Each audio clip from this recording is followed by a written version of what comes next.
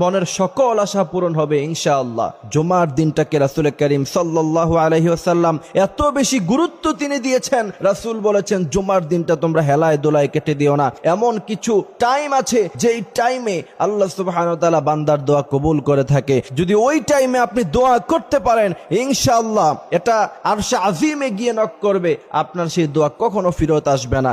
এই জন্য জুমার দিন হেলায় দোলায় না কাটিয়ে আজান হওয়ার সাথে সাথে মসজিদের মধ্যে চলে যাবেন এবং 12টার পরে আল্লাহর এই নামটি 7 বার পড়বেন এবং তার আগে ছোট্ট একটি দোয়া শিখিয়ে দিব, সেই দোয়াটা পড়বেন ইনশাআল্লাহ। 100% যদি আপনি মন থেকে দোয়া করেন, কথা দিচ্ছি আল্লাহ সুবহানাহু ওয়া তাআলা আপনার সেই দোয়া কবুল করবে। হযরত আনাস রাদিয়াল্লাহু তাআলা আনহু থেকে সম্ভবত হাদিসটা এসেছে যে তিনি বলছেন যে আমি একবার মসজিদের মধ্যে বসেছিলাম, রাসূল করিম সাল্লাল্লাহু আলাইহি ওয়াসাল্লাম আমার পাশেই বসা ছিলেন, আরেক ব্যক্তি পাশে বসে দোয়া করছিলেন যে আল্লাহ আপনি আমারে জান্নাত দিয়েন, আল্লাহ আপনি আমার দুনিয়ার জীবন